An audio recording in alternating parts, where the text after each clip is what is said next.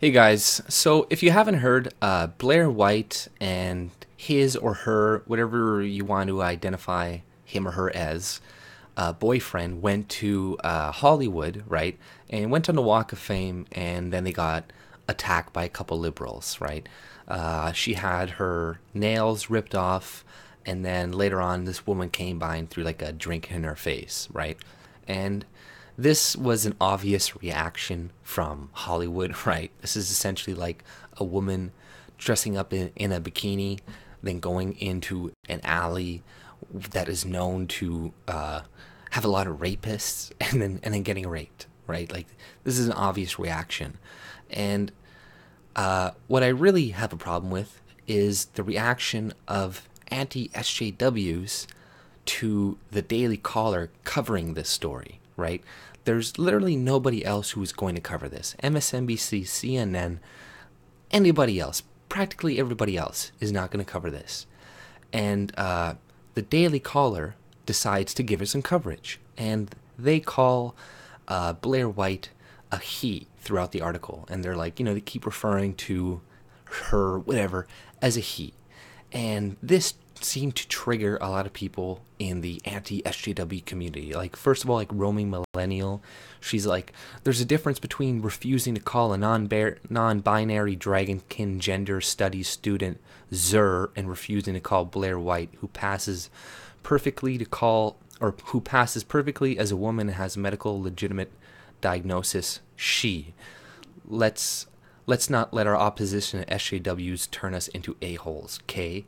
It's like, really? It's like these people from the Daily Caller are, right-wing, conservative, probably Christian people, a lot of them, and the editors and stuff. So a lot of these people do not believe that you should be calling people that identify as a she, like what they want to be called. They think you're like feeding into their delusions. So that is their beliefs. So there's nothing really to jump down their throat about. Like, it's not a big fucking deal. And they're at least giving Blaire White coverage compared to everybody else who is not.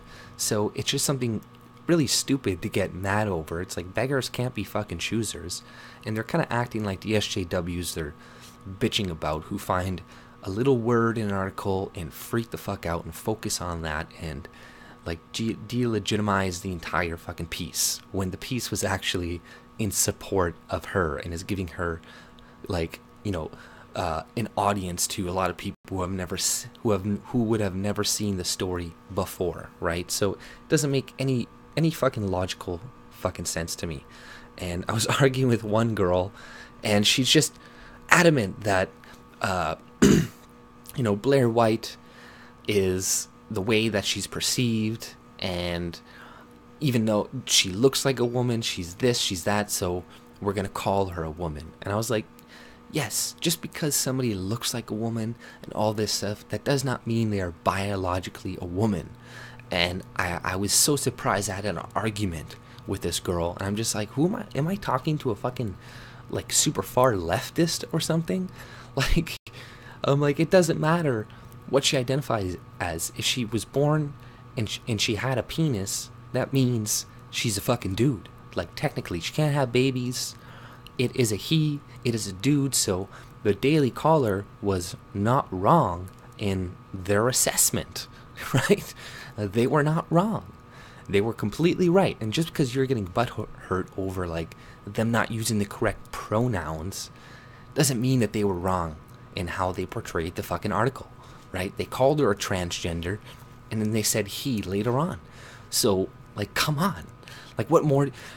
You're really twisting these guys' arms. It's like, think about 5-10 years from now. Do you think these people would have come and even covered these stories about people that were, gay or transgender? No, they wouldn't have. So take what you can get, and don't be like the people you fucking rail against. And I don't know, that's all I pretty much had to say. If you like my content, subscribe and have a good day. See ya.